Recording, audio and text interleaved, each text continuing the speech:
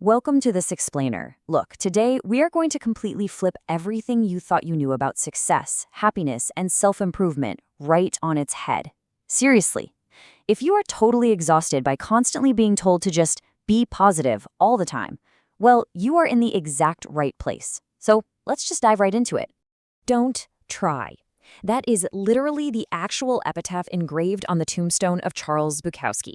Now, if you don't know Bukowski, he was an alcoholic, a gambler, and pretty much a self-described deadbeat. He spent 30 long years doing just mind-numbing work at a post office. But against all odds, he eventually became this wildly successful novelist and poet, selling millions of books. So how did he do it? Well, he didn't succeed by being relentlessly positive or, trying to be a perfect winner. No way. He achieved massive success because he completely accepted his flaws. He knew he was a loser, he accepted it entirely, and he just wrote honestly about it. He literally never tried to be anything other than exactly what he was. And that wild story brilliantly illustrates the foundation of the source material anchoring our explainer today, Mark Manson's groundbreaking book, The Subtle Art of Not Giving a Fuck. We're going to use Manson's really provocative, no-nonsense framework to learn the actual mechanics of rigorous prioritization. Because, let's be real, true prioritization isn't about just organizing a neat little to-do list. It's about ruthlessly choosing what actually matters in a world that constantly demands you care about absolutely everything. Okay, let's move on to our first major concept. Section 1. The myth of trying and our incredibly unrealistic expectations. Think about our modern culture for a second. We are obsessively focused on unrealistically positive expectations. Everywhere you look, you're constantly told to be happier, healthier, smarter, richer, and of course, vastly more productive. You're told you need to buy more, own more, and just be more. We're practically drowning in this expectation that our lives should be absolutely perfect. But here's a really profound shift in thinking for you. Fixating on the positive actually reminds us of what we lack. Conventional positive self-help advice, it actually harms us by constantly emphasizing our perceived personal shortcomings. Think about it. When you stand in front of a mirror and repeat daily affirmations about how wealthy or beautiful you are, you're unconsciously reinforcing the reality that you aren't those things already. A truly confident person doesn't need to prove to themselves that they're confident. Focusing solely on what's superior just reminds you, over and over again, of what you failed to be. Which brings us directly to a phenomenon that is honestly driving our whole society crazy. Section 2. The feedback loop from hell. Now, this loop is a borderline psychological epidemic. It's born out of this modern belief that having negative experiences, like fear or anxiety or guilt, is somehow totally unacceptable. Just think about how this frantic spiral actually works in real life. Step 1. You get anxious about confronting somebody. Step 2. That anxiety cripples you, and suddenly you start wondering why you're so anxious in the first place. So now you're becoming anxious about being anxious. You're doubly anxious. Step 3. You are completely stressed out about your own stress and practically screaming, "Quick, where's the whiskey?" It's madness. You get angry about getting angry, you feel guilty for feeling guilty, because you see hundreds of images of people living these seemingly perfect lives on social media every single day. You end up feeling like there is something deeply, fundamentally wrong with you just for feeling bad. So how do we short-circuit this terrible loop? That brings us to Section 3, the backwards law, which was popularized by the philosopher Alan Watts. Now, this law reveals the existential core of exactly why our current societal operating system is fundamentally broken. It's an absolute paradox that is going to completely unpencil your brain. Ready?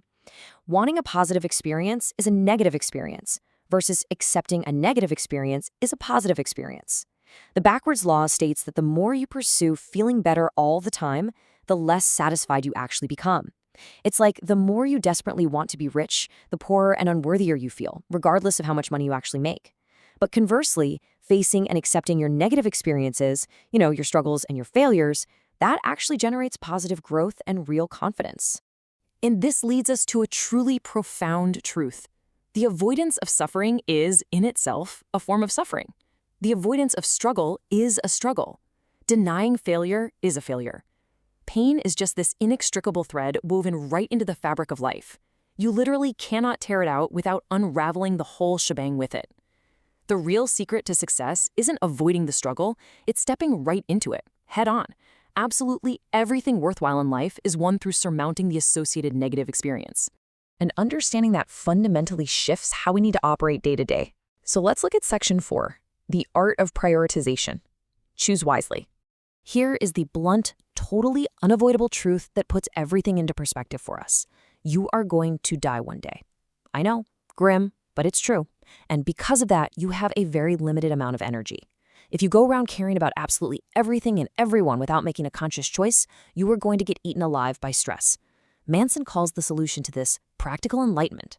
What is that? It's simply becoming comfortable with the idea that some suffering is always inevitable. This isn't about achieving some eternal, airy-fairy state of bliss. Not at all. It's about realizing that no matter what you do, life is comprised of failures, loss, and regrets. True progress isn't about magically eliminating your problems. It's about upgrading to slightly better problems through careful, rigorous prioritization of what you actually allow yourself to care about. So, how do we actually practice this art of prioritization? Well, the source material breaks it down into 3 subtleties. Subtlety number 1. It is not about indifference, it's about being comfortable with being different. Look, people who are truly indifferent are usually just hiding in this gray, emotionless pit because they actually care way too much about what others think. True prioritization means saying forget it to everything unimportant in life, like the fear of embarrassing yourself or worrying about the opinions of total strangers, so that you can boldly reserve your precious energy for what actually matters, your family, your friends, and your ultimate purpose. Which brings us nicely to subtlety number 2. To not care about adversity, you must first care about something more important than adversity. Just picture this classic scenario: an elderly lady at a grocery store absolutely screaming her lungs out at a teenage cashier because they refused a 30-cent coupon. Now, why on earth does she care so passionately about 30 cents? Well, it's because she likely doesn't have anything more meaningful in her days to dedicate her energy to. When you don't find something important and meaningful to do with your time, your mind just invents trivial problems to fill the void. You end up wasting your limited energy going to total war over a coupon, a lost TV remote, or some rude gas station attendant. And here is subtlety number 3. Whether you realize it or not, you are always choosing what to care about. Really, think about it. When we're young kids, everything is shiny and new, so we care about literally everything. I mean, a kid will cry their absolute eyes out just because their birthday balloon is the wrong shade of blue. But as we gain experience, this natural filter kicks in. We realize that most trivial details have zero lasting impact on our lives. This beautiful simplification, that's called maturity. We accept our flaws, we realize we probably aren't going to single-handedly cure cancer, and we reserve our ever-dwindling energy for only the people and pursuits that are truly worthy of it.